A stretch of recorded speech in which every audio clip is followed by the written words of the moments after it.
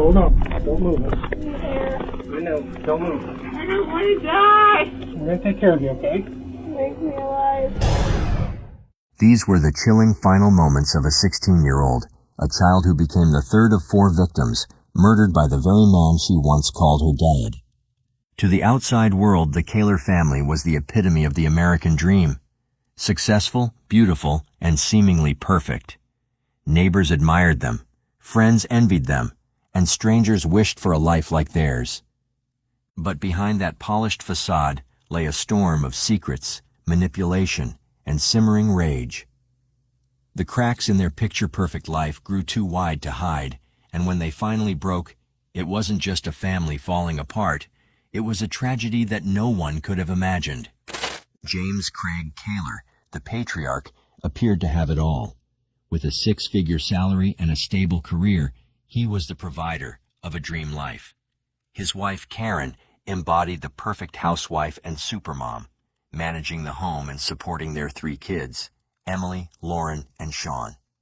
From straight-A report cards to local sports stardom, the Kaler kids seemed to thrive under their parents' guidance. They were everything a family was supposed to be, or so it seemed. Let's rewind the clock, and you'll find the story of how this perfect family was built on sacrifices, compromises, and silent struggles. For starters, Karen gave up her dreams of owning an engineering degree to marry Craig and support his ambitions.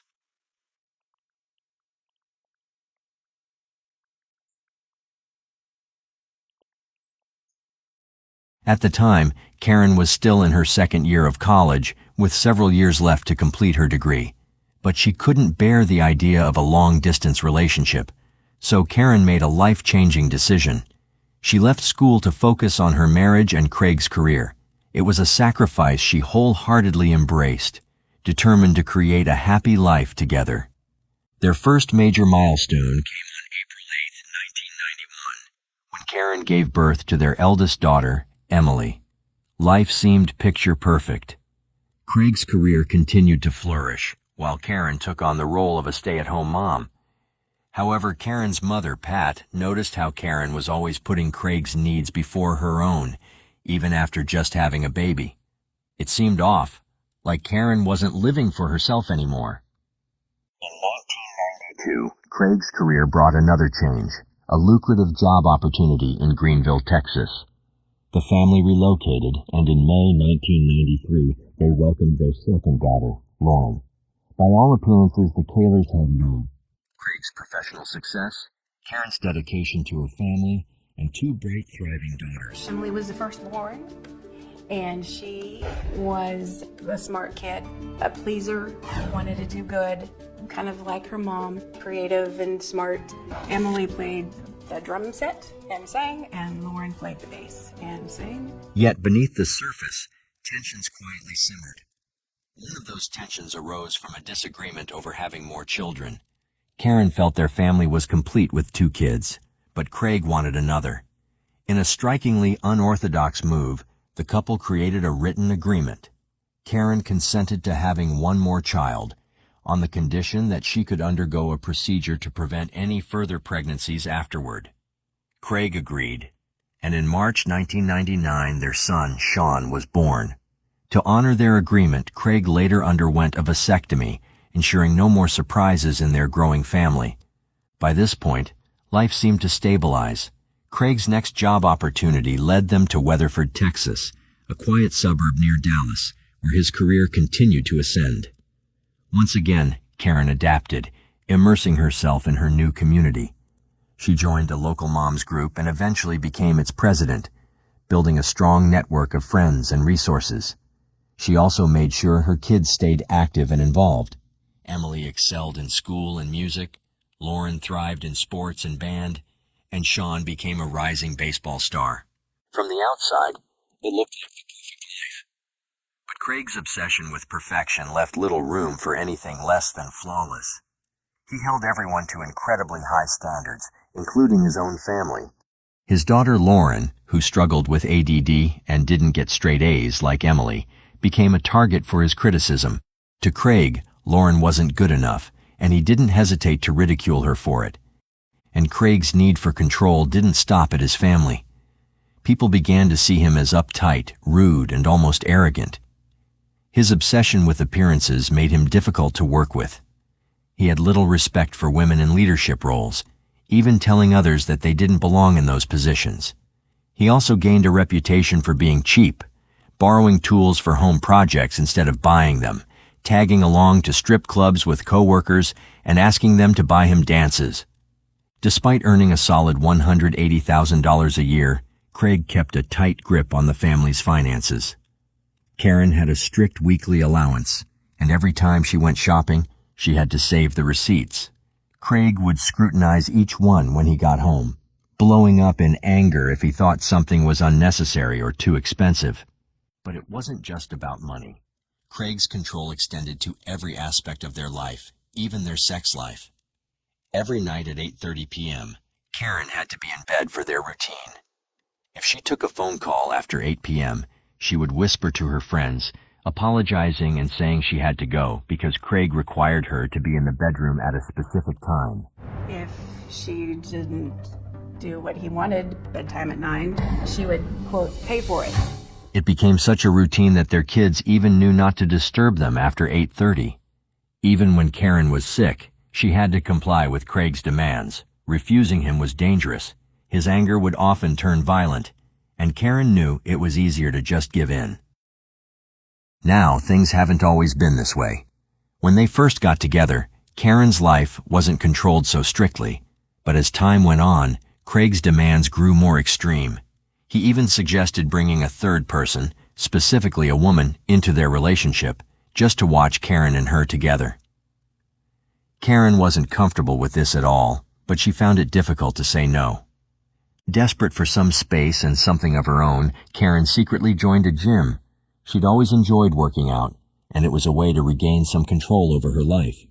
Craig, ever controlling, refused to pay for the membership, so Karen worked odd jobs, like baking cakes, to fund it herself.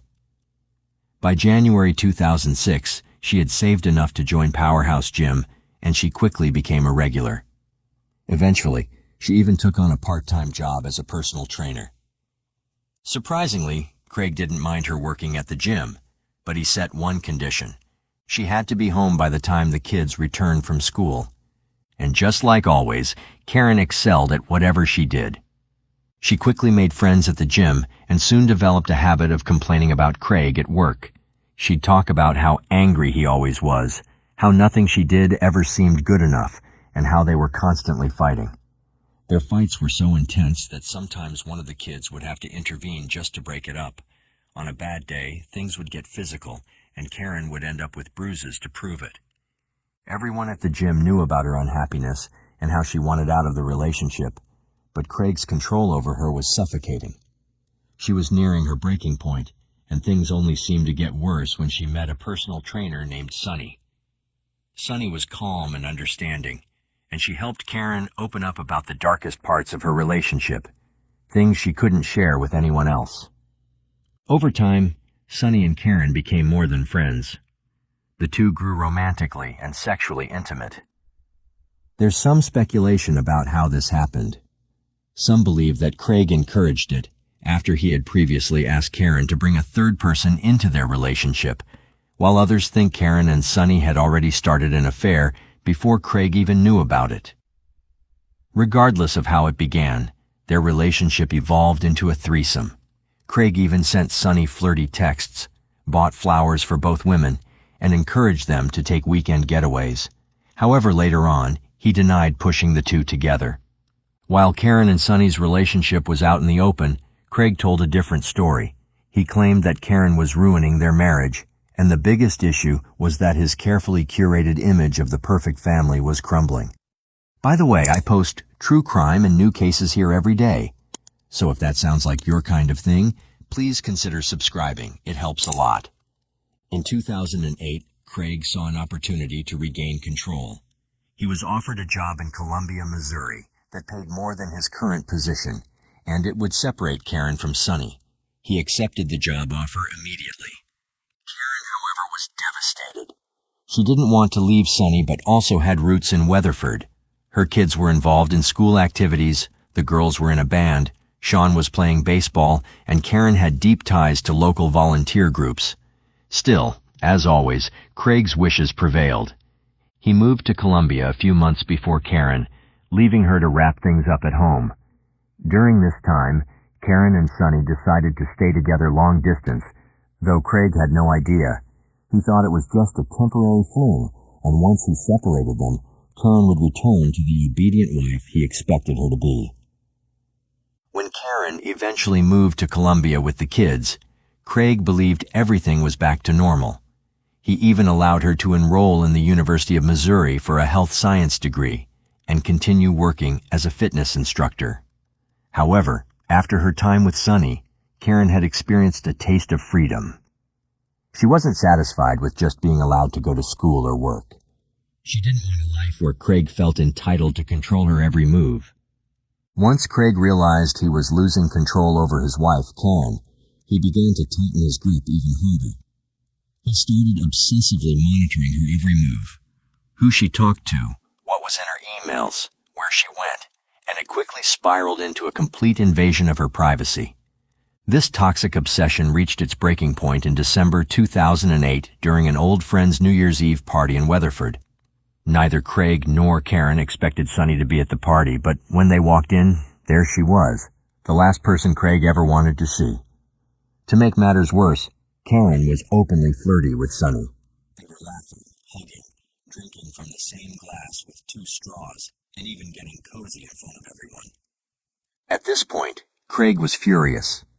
His jealousy and rage took over, especially because the relationship between Karen and Sonny was now completely public.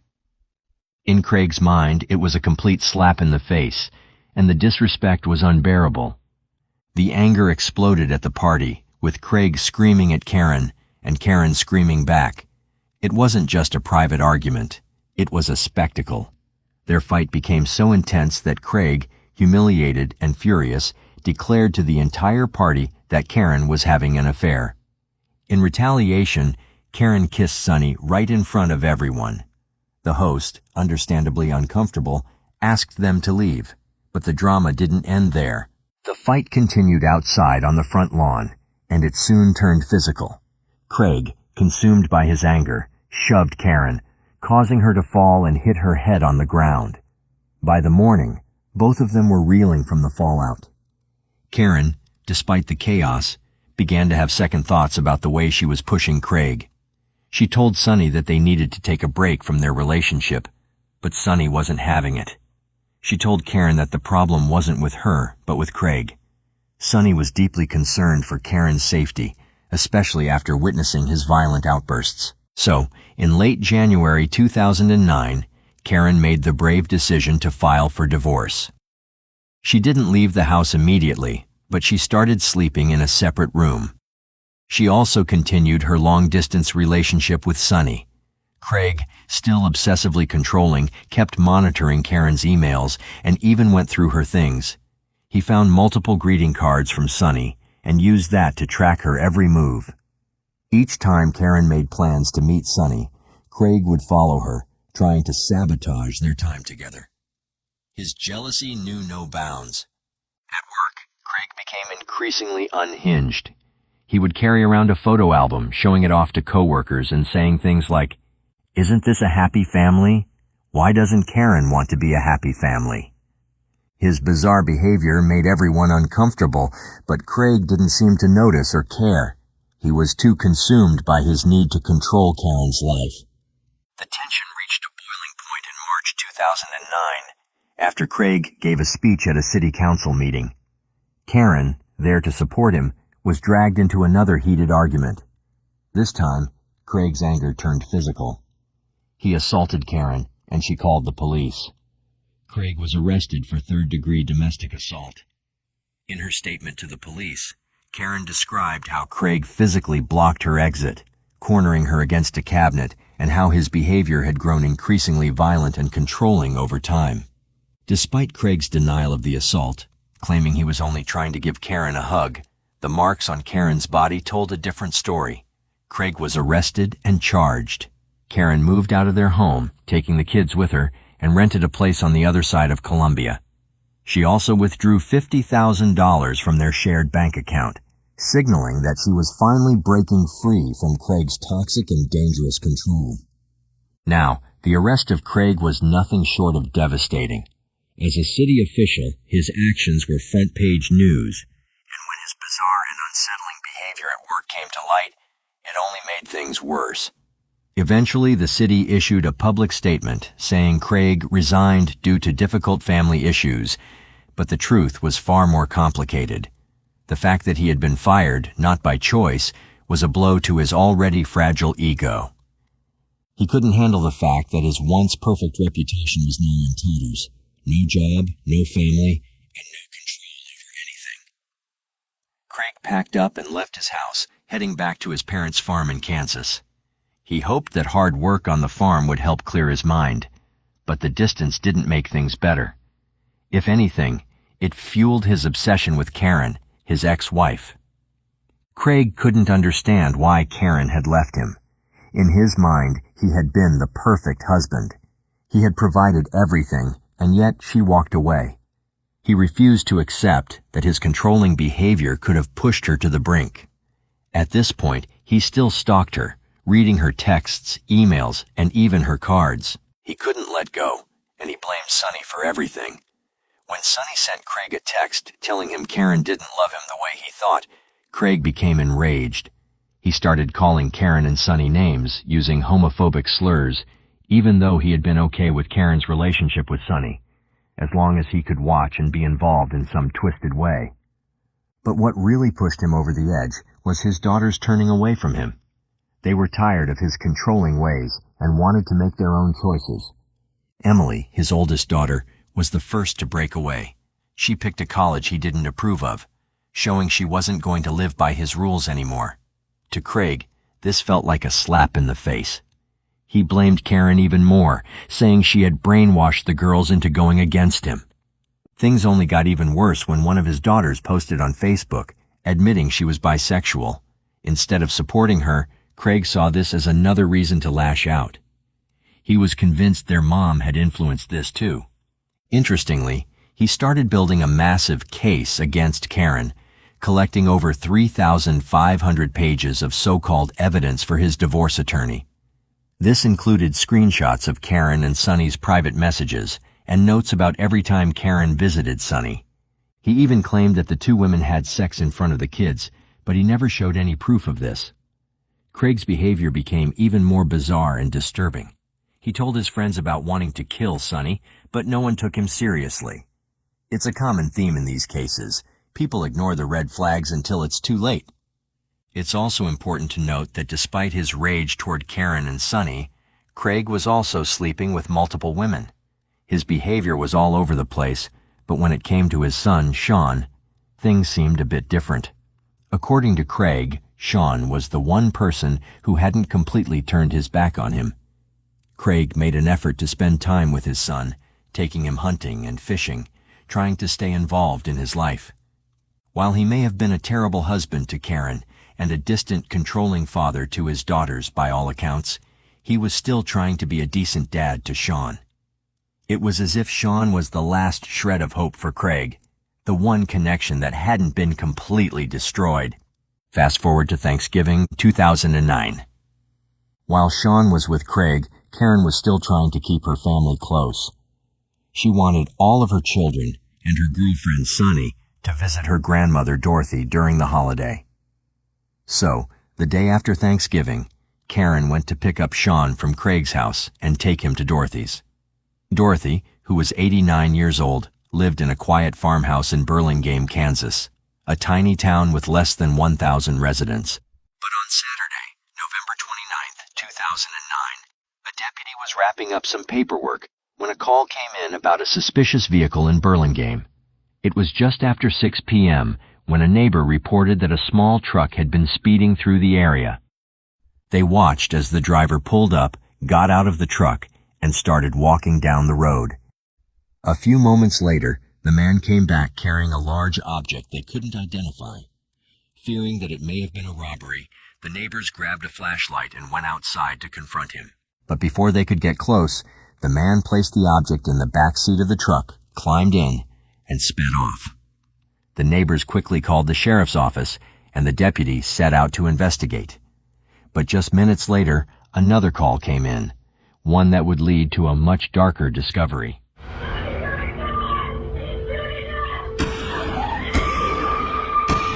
The deputies immediately knew this was serious, but nothing could have prepared them for what they would find when they arrived.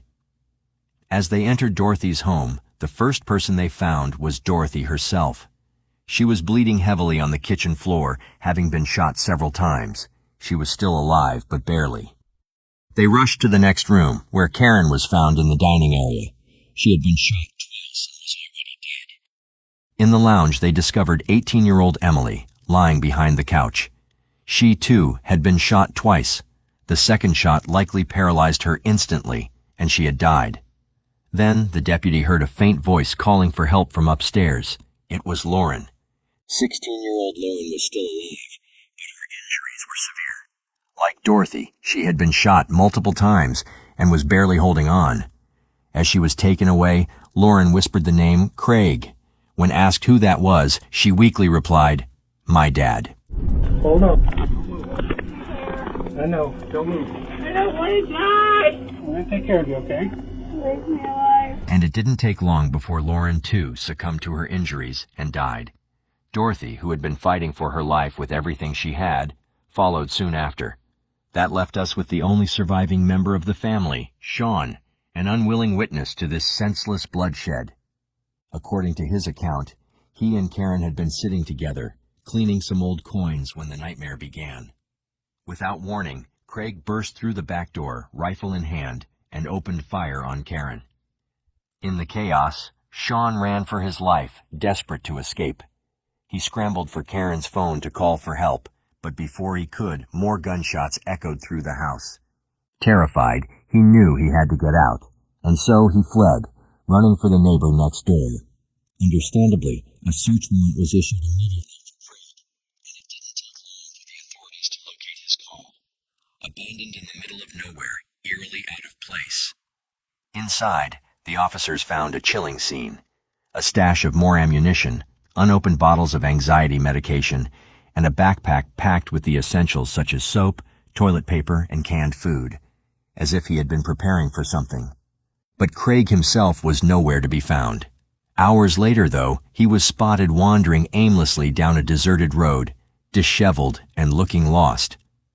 When he saw the officers approach, he didn't try to run. Instead, he muttered, "I'm the guy you're looking for," and was arrested without a struggle.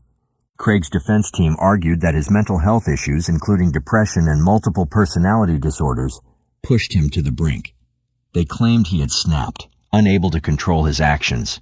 However, the prosecution painted a much darker picture, one of a man whose actions were chillingly premeditated. To back up their claims, they presented a crucial piece of evidence. Craig's expert psychiatrist testified that while he did suffer from depression, he still had the clear ability to plan the murders. The fact that he spared Sean's life was a key detail, demonstrating that his actions were calculated, not impulsive. 2 years after the murders, the final trial began. Sean, now 12, showed extraordinary bravery as he took the stand to recount the horrifying events. With striking clarity, he described the moment he witnessed his father shoot his mother and the chaos that followed. His testimony left no doubt. Craig's actions weren't a spur-of-the-moment lapse in judgment, but the culmination of months of simmering rage and calculated intent. Sunny also took the stand, shedding light on the abusive relationship between Karen and Craig. She recounted her attempts to protect Karen from Craig's volatile behavior, revealing that he initially appeared unfazed when she and Karen began their relationship. However, his demeanor shifted drastically, becoming hostile only after Karen decided to leave him. However, Sunny also admitted that her testimony was based on memory and what she had heard from Karen, without physical evidence to back it up. After just 2 hours of deliberation, the jury reached a unanimous verdict. Craig was guilty of capital murder. His plea of insanity was rejected, leaving him to face the harshest punishments, either the death penalty or life without parole. Kaler showed no emotion today as he heard his fate.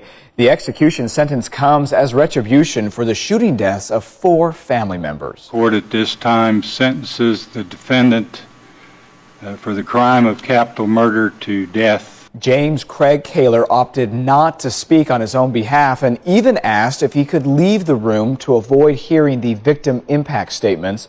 Chief Judge Philip Fromm ordered him to stay. I loved Grandma White, Karen, Emily, and Lauren very much. I will miss them until the end of my days. For many in the courtroom, justice had been served. But for Sean, the outcome was far from a relief.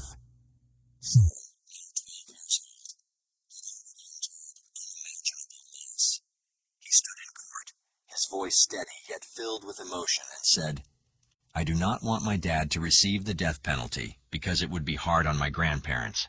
I do not want my whole family gone."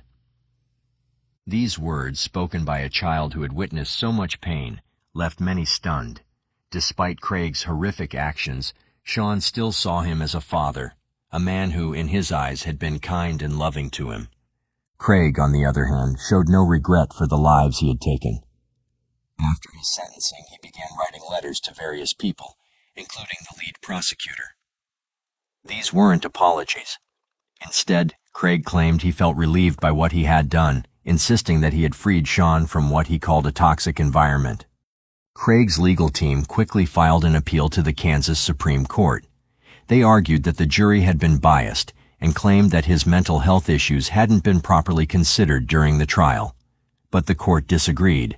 One judge stated that Kansas law doesn't exonerate someone just because they're mentally ill, and another pointed out that Craig's mental health had been considered during sentencing. It just didn't excuse what he had done. In the end, Craig's appeal was denied. His options for further legal action grew slim, leaving him to face the consequences of his choices. As of now, he remains on death row, a stark reminder of the heinous crimes he committed. Justice may have been served, but it's hard to say if that truly balances the scale for the lives lost.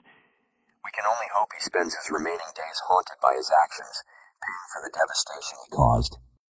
As for Sean, his story is one of incredible resilience. Despite the trauma and struggles he endured, he managed to rise above it all. He graduated high school and now works in Kansas, a living testament to strength and perseverance in the face of unimaginable tragedy. His journey inspires hope, proving that even in the darkest times, there's a way forward. But what about this case sticks with you? Do you think this tragedy could have been prevented with the right intervention or support? Share your thoughts in the comments below. Let's discuss.